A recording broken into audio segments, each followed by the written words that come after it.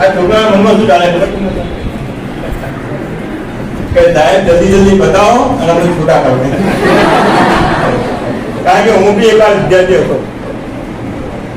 મુશ્કેલ કામ મારા માટે એ થઈ ગયું કે આગળના વક્તાઓ જે બધું મારે બોલવાનું હતું એ બધું ભૂલી નાખે. એટલે એ ભાગ એ તમારા માટે બી સારી વસ્તુ છે. એ ભાગ હું કટ કરું છું. પ્રમુખજી, કારોબારી મંડળના સભ્યો, દાતાઓ શ્રી, પ્રિન્સિપાલ, ટીચર અને જે આજના પ્રસંગના મધ્ય બિંદુ છે એવા વાલા વિદ્યાર્થી,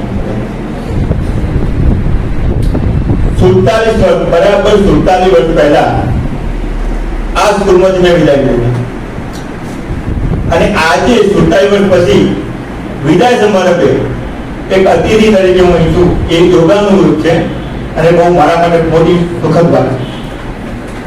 પ્રિન્સિપાલ સાહેબનો ફોન આવ્યો લગભગ 10-12 દિવસ પહેલા કે અરવિંદભાઈ તમારે ગેસ્ટ તરીકે આવવાનું છે. ત્યાંથી આજ સુધી મારું ભૂતકાળ વારંવાર મેં આ સ્મરણો કર્યા.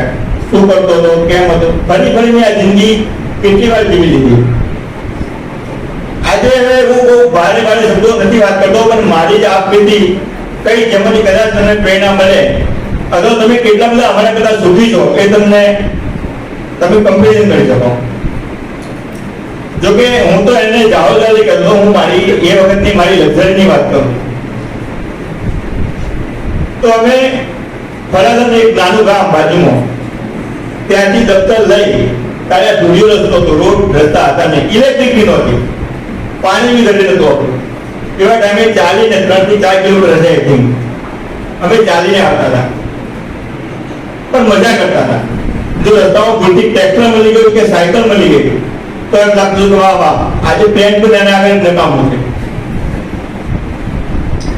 એ દફતર અને દફતર ઉપર મેચિંગ કરીને મારેલું થીગડું આજે બી યાદ આવે. બાએ ફાટેલી ચડ્ડીને સિલાઈ સાદીને સિલાઈ કરેલી ચડ્ડી બી આજે યાદ આવે. એ દફતરની અંદર અમે પુસ્તકો ગોઠવ્યા. બેલેન્સ કરાવજો, એમાં એકાદ બેલેન્સ ના થાય કે ભાઈ નાસ્તા કરવું એ પછી બેલેન્સ ના થાય તો એકાદ નોટબુક કાઢી નાખતા અને નોટબુક ના ટીચરનો માર બી ખાતા હતા. એ પુસ્તકો ઉપર અમે ન્યૂઝપેપર કવર કરાવતા હતા. એ વખતે પાર્ટર પેન આવતું હતું. એ પાર્ટર પેન વાપરતા પછી ખબર કે તો નકલી હતી, પછી ના તો કોઈ અમારા ચાન્સ જ નતા, પણ એ અમારી લક્ઝરી હતી. મને કેટલા પત્રો હું બોલવા બદલું તો કદાચ 1 દિવસ 2 દિવસ નીકળી જાય એટલા બધા સ્મરણો છે અમારી જોડે.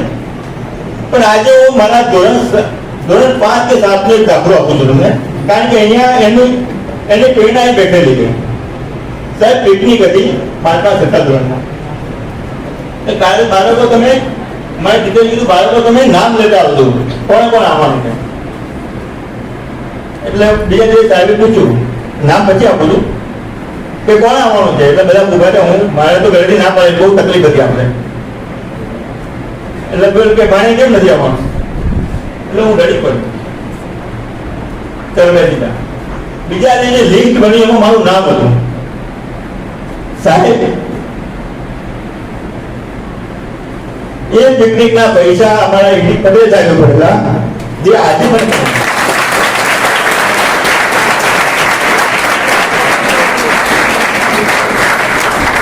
અને આજે એટલું જ મારા ઉપર છે.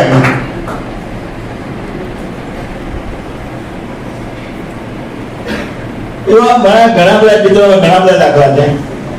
એક વાર અમે સ્કૂલથી ત્યાંથી નીકળેલા ક્લાસ નથી, રસ્તા વરસાદ જેવું નથી જોવાય. હું થોડો લેટર ટાઈપનો માણસ છું એટલે ગયા બીજા જે ઉમેરથી સાહેબ પકડ્યા ઉભા થયા. એટલે બધાને એક ને બોલાયા. એટલે બધા સાહેબ કીધું એક સાહેબ કહેતા હતા મને, મારું નામ બી બધા ગોલી કાઢ નાખું. એટલે બધાને 2 છૂટી મળીને બેઠા ભાઈ મને બોલાવ્યો. શું હતું સાહેબની સામે હું નજર ના મેળવી ગયો અને સાહેબે મને માર્યો નહીં.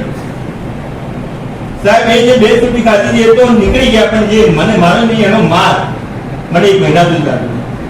અને 1 મહિના પછી સાહેબને લઈ લડી અને સોરી કહી નીકળ્યો.